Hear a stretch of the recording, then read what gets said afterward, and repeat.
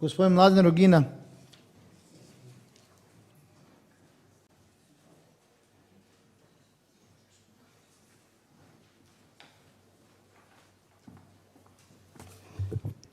Opet se zapostavlja tema, ne znam da li kvoruma više imamo, dobar dio medija je otišao, ljudi su pomalo pospani.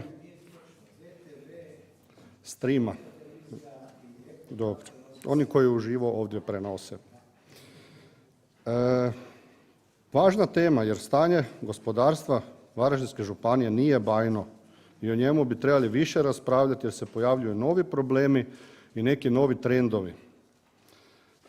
Uz staru problematiku, kao što ste spomenuli, niskih plaća koje kaskaju 15% za prosjekom, otvaraju se pitanja kako zadržati produktivnost. Dakle, nema govora o rastu gospodarstva, već se odvija jedna grčevita borba kako održati postojeće stanje. Imamo i neka imenovana poduzeća, ugledni vlasnici iz ovog izvješća, znači posežu za čudnovatim metodama koje će imati dalekosežne posljedice. Znači mislim tu na uvoz radnika. I tako, gospodine župane, možda za koju godinu ne budete više rezali sarmu i dijelili Vidovcu, nego budete se morali preorijentirati na neke rižene kuglice. I tako. Evo, tu sam baš pročitao na sjednici. Prošle godine 500 ljudi, službeni podatak, je otišlo iz Varaždinske županije, malo manje od 500. Neslužbeno to je puno više, znači jer nisu promijenili prebivalište. Nadalje, priliku koju su nam ponudili fondovi europski u 2017. i 2018. niste iskoristili, iako vi cijelo vrijeme pričate suprotno.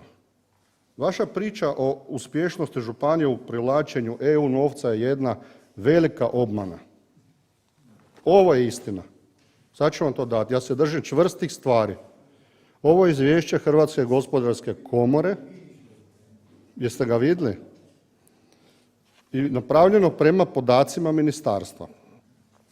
Ono kaže da smo 6. županija, ali u rikverc po uspješnosti i po ugovorenim sredstvima Europske unije.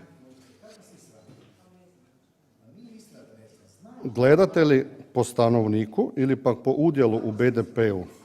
Mi smo izvukli 7.755 kuna. Prosjek je 10.100. Još je dramatičnije kad se gleda u odnosu na BDP. Znači, mi imamo udio 10%, a susjedna županija Zagorje ili Koprivničko-križevačka ima oko 18 do 19%. Stoga uopće nema govora o uspješnosti županije u provlačenju EU novca. Iako znam da ćete vi dalje pričati suprotno, imate na to pravo, a istina s moje strane da smo po tom pitanju ispod prosječni. Zanima me zašto ove podatke ne dijelite u onom info biltenu. Pa evo, pa gledaj, zbog čega? Hvala, evo. Hvala lijepo. Hvala lijepo. Izvolite, župane.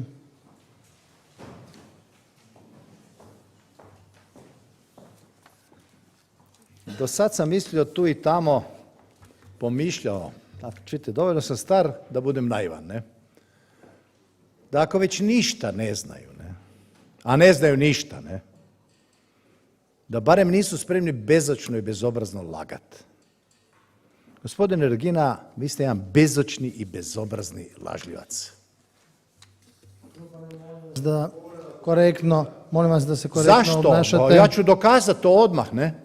Pa to je lako dokazati, ne? O tome sam već govorio i ovdje za ovom govornicom, ne? Ovo tu nema veze sa županijama. I vi znate i ja znam. Ovo ima veze sa državom. I lijepo vam piše.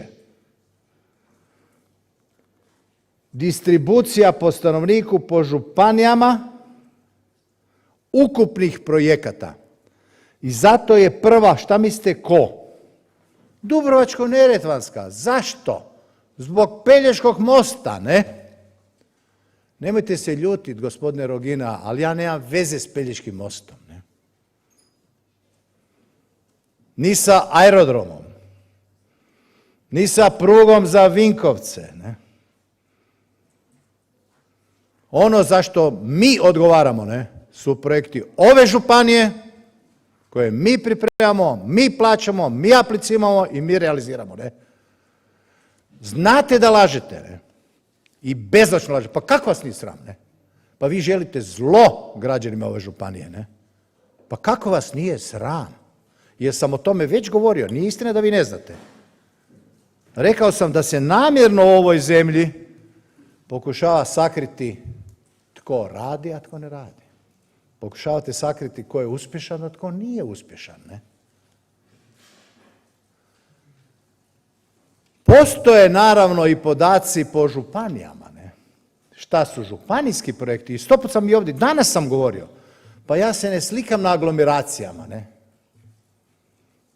Ako brojimo aglomeraciju, ne? Pa grad Varaždin je fenomenalan, ne?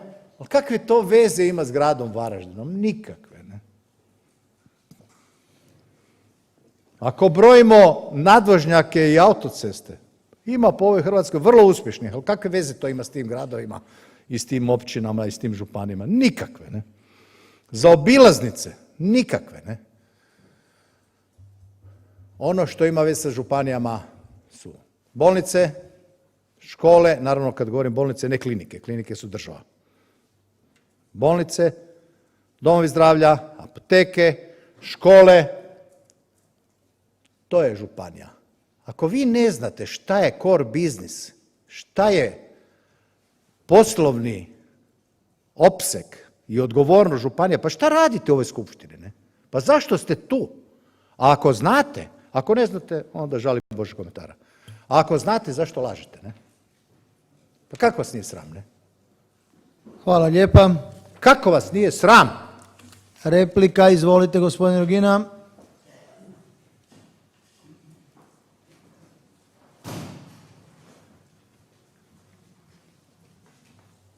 Bilo bi mi drago da pročitate cijelo izvješće.